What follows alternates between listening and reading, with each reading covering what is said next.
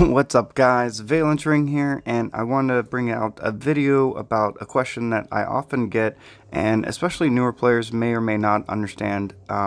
Basically, what the best route is as far as troop specialization goes. So this is about troop specialization, and I want to make a couple quick notes. Basically, specializing in a troop, especially in the beginning as you're gaining some might, can be a very important thing to do and can make a huge impact on your gameplay as you progress through the game. Having one type of troop that is stronger and basically hits harder can allow you to focus your might in that area and improve your overall military strategy. In the ultimate goal, of course, is to have all of your troops as strong as possible. So, especially middle might players tend to begin to specialize as early as they can and focus on either fighters, shooters, or riders. And depending upon they have a lot of reasons for picking one or the other. I want to say that this, of course, is my opinion, and this is a very opinionated discussion regarding troop specialities and how you want to specialize.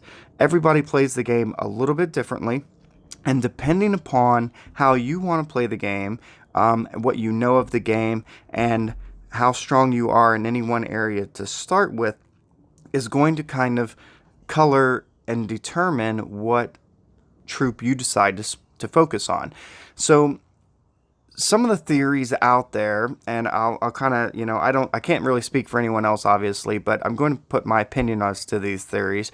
So the theory is that fighters are your frontline troops. So a strong fighter base is going to allow you to have the strongest heroes, the strongest troops, and be very strong military-wise.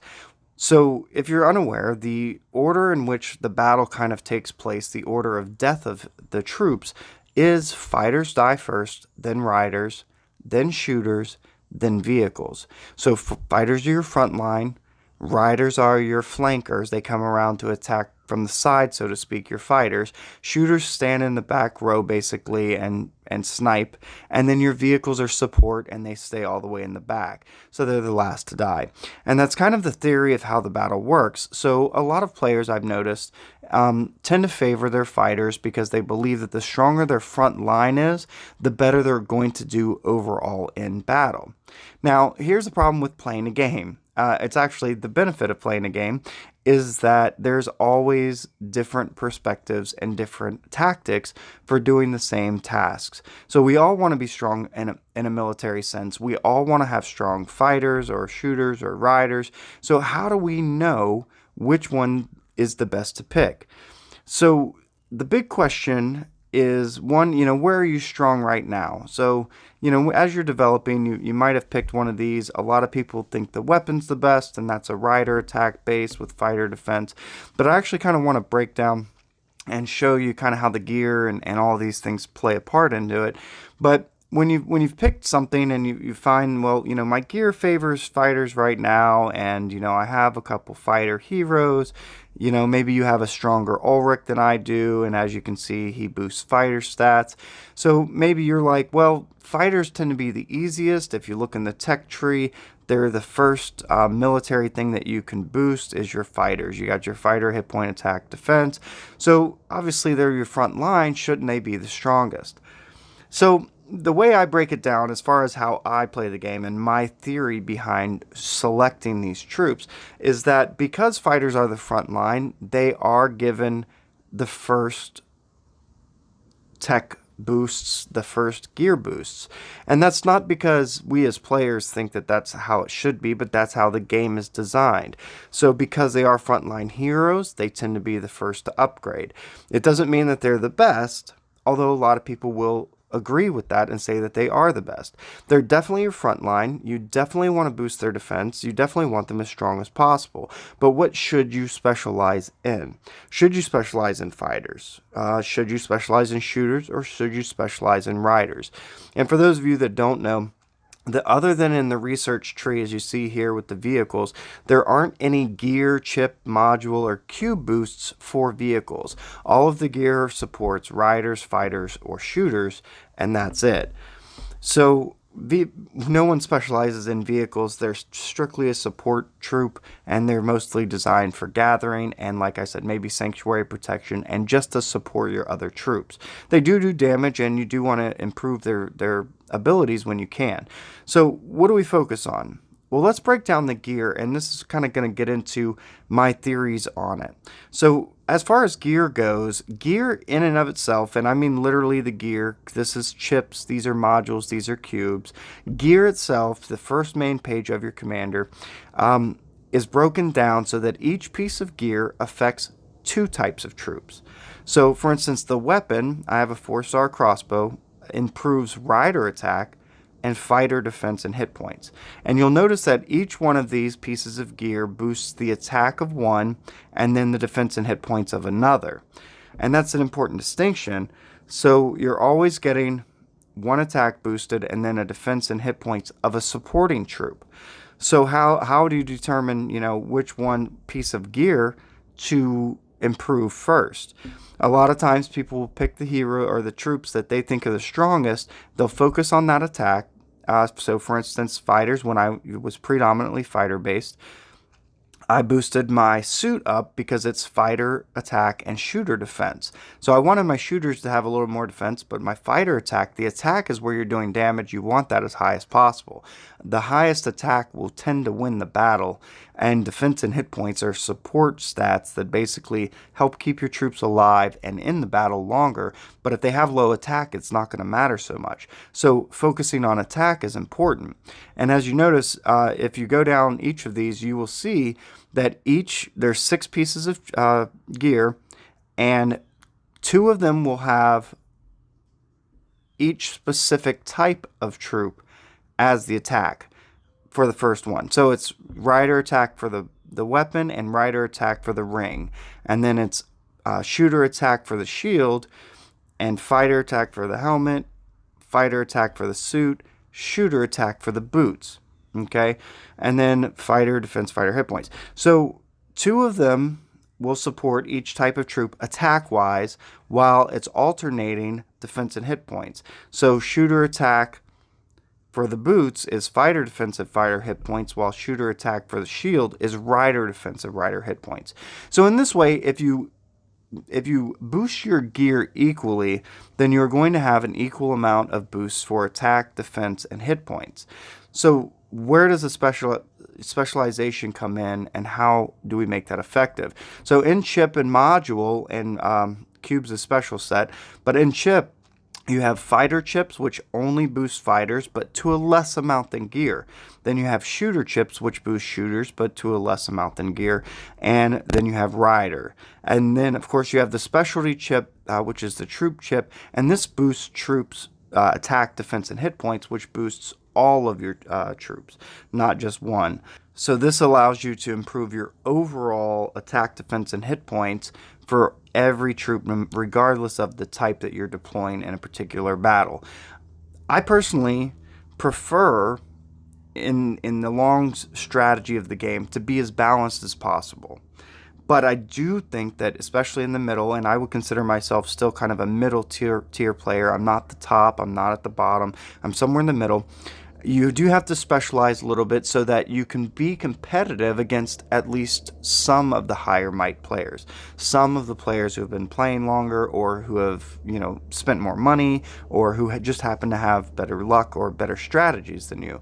So I initially started off, because I was already kind of geared that way towards a fighter stance, I started specializing in fighters. Now, here's the interesting thing about that. No matter what you specialize in, other people are playing the game too, and they are going to notice what you're doing and what other people are doing. And one strategy, of course, is to adjust your strategy based upon how other people are playing the game. So if a lot of people are fighter based, the troops, fighters, are weak against riders. So it makes sense for a lot of players to adjust their strategy to a rider stance, because now if a lot of the competition has a good fighters and you're trying to catch up to fighters, well, that doesn't make any sense. So attack the weakness of the fighters, which are riders. So if you boost your riders up, you don't have to be as strong as the fighters to have that advantage and be competitive.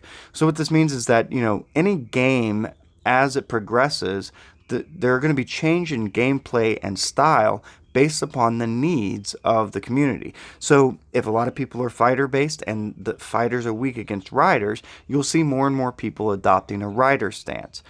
So in game theory, if you were to do I believe it's called a chase curve, basically if you're trying to catch up to someone that's in front of you, you'll never catch up to them just by staying on their tail. You actually have to anticipate where they're going and jump ahead. So because a lot of people are fighter based, they do believe fighters are the front line, and because they believe that, a lot of other people are switching to a rider stance. So I'm not going to catch up to the fighters. I'm not going to catch up to the people that are jumped ahead to the riders. So I'm trying to anticipate the curve, and I actually switch to a shooter based. So I want to specialize now more so in shooters than fighters or riders. The theory, of course, is being that as my shooters improve, more people are adopting a rider stance, then my shooters will be more effective against all of those people because riders are weak against shooters. So I'm anticipating the curve. I'm adjusting my gameplay instead of fighter based to shooter based, and in the meantime, I'm trying to maintain a sense of balance within all my troops, not letting any one troop fall too far behind. I do see a lot of players where, as you see, all mine are 4 or 5-star or better. I'll see a lot of players that'll have, single red star, double red star suits, or whatever the case may be, and their other equipment is only 2-star. This to me is a drawback, and I understand you're trying to jump ahead and specialize, but realistically, when you allow these other pieces of equipment to fall so far behind, you're putting too much resources in, and the return is less than it should be. So the amount of promotion material that I need to get to a 2 red star is 500 of the red star promote material and 3,000 of the regular promote material, whereas to get to the single red star is half of that. And of course, to get to 5 stars, even less, I only need 1,000 regular promotion material. So if I was to save everything just to promote this suit, then I would need 3,000 of the regular promote material, which is going to be 3 upgrades that I could do to other 4-star equipment. So for that one boost, I could boost 3 other pieces of equipment. So I don't think that you should let anything lag too far behind, even though you're specializing. As you can see, I am waiting to get that 500 red star promotion material, and here I only need 250. So I'll be promoting this first because it's half as much as the other one, and it'll still allow me to boost one of these other ones in the process. So I want to kind of stay balanced as much as possible. But the specialization, regardless of who you are or what you believe, you want to figure out what is going on in the game, what your particular game style is, the way that you want to play the game. Are you military based? Do you want to do a lot of fighting? Do you want to do a lot of war? Do you want to do a lot of sanctuary battles? Do you want to play the game that way, or do you want to build and save and build and save, or do you want to collect the heroes? Do you want to just collect stuff? All are valid means of playing the game, and everybody has their own style that they're going to bring to the game. So how you want to play the game is the first priority that you should focus on. If you do want to be military based, and I mean, you should obviously, if you're playing this game, you should be as strong as possible in all aspects of the game. But if you do want to be military based and you're trying to decide on what you should specialize in, then you need to focus less on what other people are saying, even me, regardless of my beliefs. What are you seeing in game? Are you seeing a lot of rider based other players that are rider based? Then maybe you want to consider specializing in shooters. And if you see a lot of shooter based, you might want to specialize in fighters. But more importantly than what people think, as far as, well, this troop is better than this troop, the reality is that the game is designed to be fairly balanced. You have to understand the game mechanics, which is that fighters are the front line, riders are the flankers, shooters are the back row, and vehicles are support. And understanding that order, and that's the order in which they die, is fighter, rider, shooter, vehicle.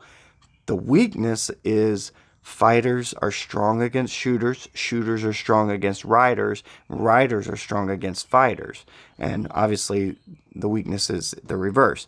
So, understanding that will determine what you see in game, plus understanding the game mechanics will tell you what you should specialize in. Once you decide to specialize in something, don't let anything fall too far behind just because you want to specialize. Gear especially, the gear promotion is the biggest bump in stats. Promoting from a red star to a double red star is a 46% jump for one promotion. Obviously, it's a lot of promotion material, but that's 46% jump in stats. Whereas boosting a 5-star rider chip to a 6-star rider chip is only a 10% jump. And I don't know, the double check here, from red star, 1 red star to 2 red stars is only, 21% or so? So it's half as much as promoting from 1 red star to 2 red stars in gear. That's for chips. And modules, it's kind of similar. You're going to get a little bit better of a jump in module from 1 red star to 2. It looks like about 24%, 25%. So you definitely don't want to, when you are specializing, you don't want to let any one piece of gear fall behind just to boost a different piece. Once you have everything 4-star, then you can kind of work on that. But I would recommend having everything at least 3 stars, preferably 4 stars, before you really worry about specializing. And then chips are where you can, chips and modules are where you can, kind of focus your specialization by promoting specifically the one chip that you want across the board. Because you have more ways to promote and more options for it, this is definitely going to be where you get some of those extra boosts and see some of those crazy numbers by specializing in these. And these are always, one type of troop per chip. Cube, on the other hand, like I said, is a specialty one. It's a late game item. You have to have headquarters and gear factory level 25. And then these boost, time cube boosts all the attack of all the troops, specially, and then troop defense and hit points. And then the space cube boosts the defense of all 3 specifically, and then troop attack and defense. And then the energy cube boosts the hit points of all 3 with the bonus to troop hit point and troop attack.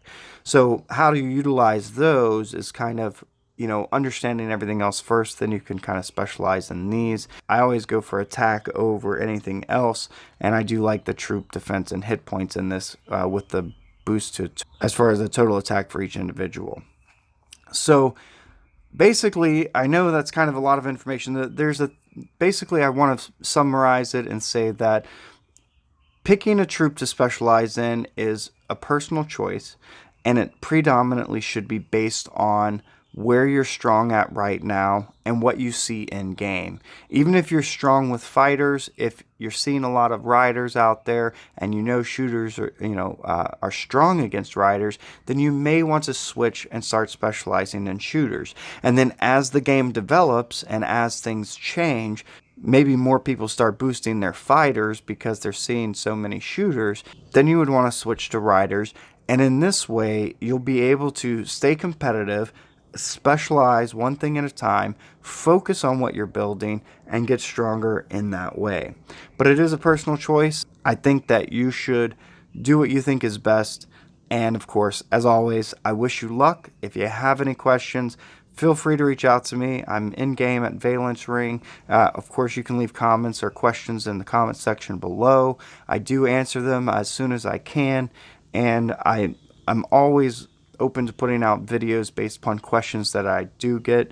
This was a question that Mick such and such asked me for one of my other videos, asking about troop specialization. So shout out to him. Thanks for the question. Which troop is the best? So depending upon your alliance and who you may have talked to, a lot of people say you need to specialize in one troop. And this may or may not be true, but I want to cover that in this video. So, troop specialization. Should you specialize in fighters? Should you specialize in shooters or riders? And for the record, nobody is specializing in vehicles except for me. I don't think there is a way to specialize in vehicles, and I've covered that topic in other videos. Suffice it to say, there are no real boosts in gear for it, so nobody specializes in vehicles. When it comes to gear upgrades, chip upgrades, module cubes, things like that, your tech tree, EVA, you want to specialize in a troop, especially when you're getting stronger in the beginning, because it'll give you an edge against people that aren't specialized in that troop, or people that are balanced and of lower might, things like that. So you definitely want to specialize. So how do we know which troop is best? And this, I think, is the perfect day. I waited for today specifically to do this video because I want to show you the hero challenge. And you say, well, what does that have to do with troops? The point is I'm going to prove once and for all which is the best troop. Hands down, this is the trick for it. And I will make this quick note that in the Ruins Challenge is where I do most of my experimentation. It's free to lose. It doesn't cost you anything. You can do it all day. You can try different things. There's absolutely no cost for doing it. And of course, when you win, you get rewarded. So as you can see, I'm at floor 63. So this is going to look a little exaggerated. But I want to show you how you can test. Let's just test and see which troop is the best. Hands down, which troop, all things being considered equal, is the best. How am I going to do that? So let's go ahead and attack. Right here you can see I already set it up. I have a shooter in. I'm going to go down to my 2 stars. I don't want them too strong, and I want them all equal. So I have all my 2 stars are +5 at level 31. So they're all equal. And I have a shooter, a fighter, and a rider. Alright, so let's just pick everyone. Oh, not everyone. A lot of people think fighters are the best. They're the front line. You boost them up, you're going to do better, correct? All right, well, let's test that theory. So with Queenian, fighters attack and defense are bonus 10 points, okay? All other stats are equal. So as you can see here, fighter, attack, and defense are +10. Nothing else is boosted. All right, so let's try this battle out. I don't want to skip the battle because I want to actually see the results. But let's go into battle with just my fighters boosted. So if I just boost my fighters 10% attack and defense, what happens? Now, I'm not actually going to watch it. I just want the results. All right. So as I said, it's going to be a little exaggerated, and I'm going to have to run that again. But because I'm a little bit higher level 63, it's going to look exaggerated. But so my casualties were 117,242. Zombie casualties were 7,020. Obviously, I was defeated. So let's look at the zombie casualties and keep that number in mind. 7,020. All right. So that's what fighters did boosted. All other stats are equal across the board, and there's an equal number of troops on both sides. You can actually look at the stats here, and this is the boosts that they have. So their troop attack, troop defense, and troop hit point are all 100, almost 50%. Everything else is equal. All right, and all their troops are boosted equally, and they have an equal number of troops. You're using, 200,200, an equal number of fighters, shooters, riders, and vehicles. Okay, vehicles matter. At any rate, so with fighters, we did 7,020. With fighters, 7,020. What happens when we do just shooters? All right, I like shooters. I'm a shooter based. I'm fighter shooter based. I like shooters. I think they have a fast attack rate and a high damage output, and because they don't die first, I think they're the best. That's kind of my opinion. However, let's test it. So fighters did 7,020 casualties. How many do shooters do? Let's find out. Again, remembering all stats are equal except for my shooters are boosted. Okay, so zombie casualties went up 7,172. So shooters are more effective than fighters. Proof, right? My casualties went down, their casualties went up. Shooters did better, all things being equal, than fighters. So, what about riders? Oop, I need to go back in. What about riders? Will riders have the same effect? Let's test that theory. So now my rider attack and defense are boosted 10%. All things being equal, what's the damage for my riders? 7,376 casualties for the zombies. My casualties, however, it looks went up. Isn't that interesting? So the casualties that I sustained having riders boosted was more than shooters.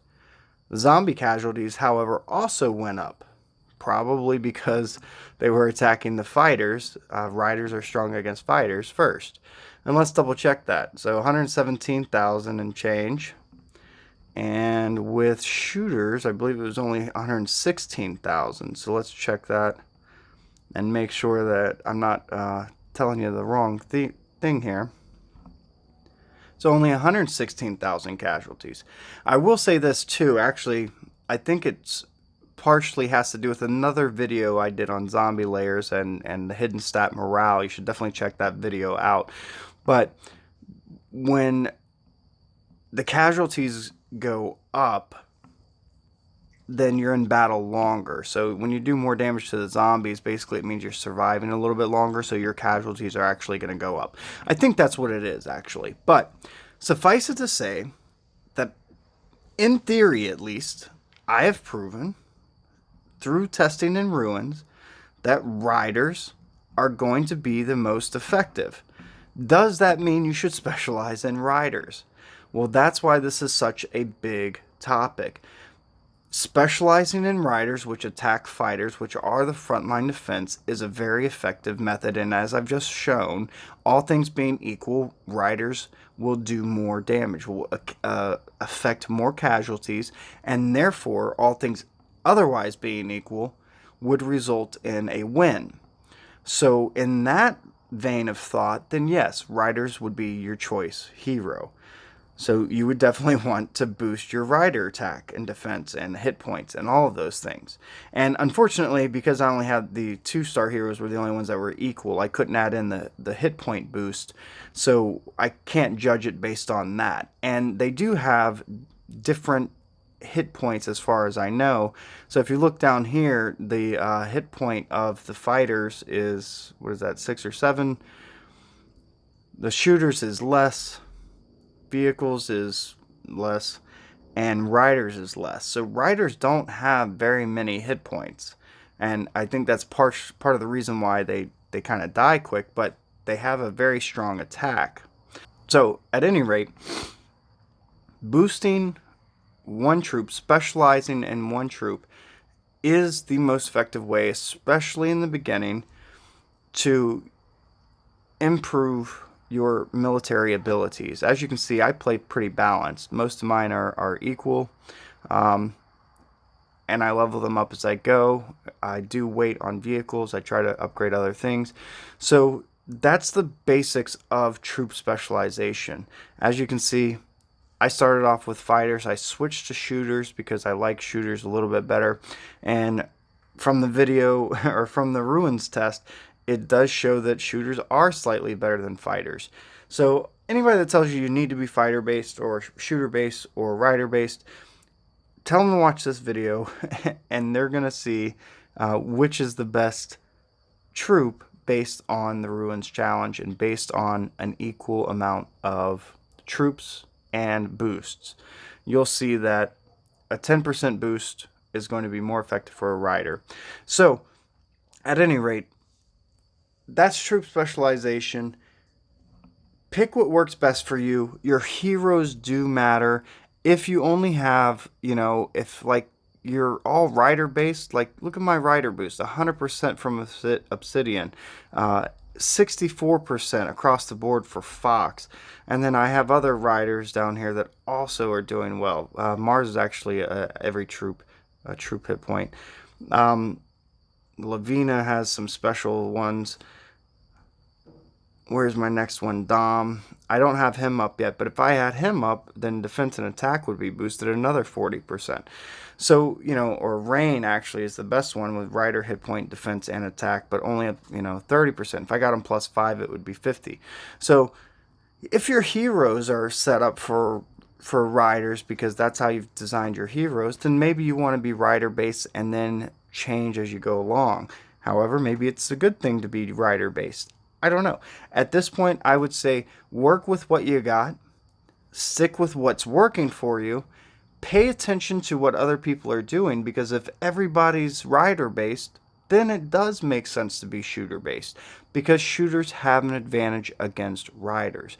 So it's not necessarily the fact that riders are the best in a fair battle, maybe in an equal battle with all things being equal, but not all things are equal in battle.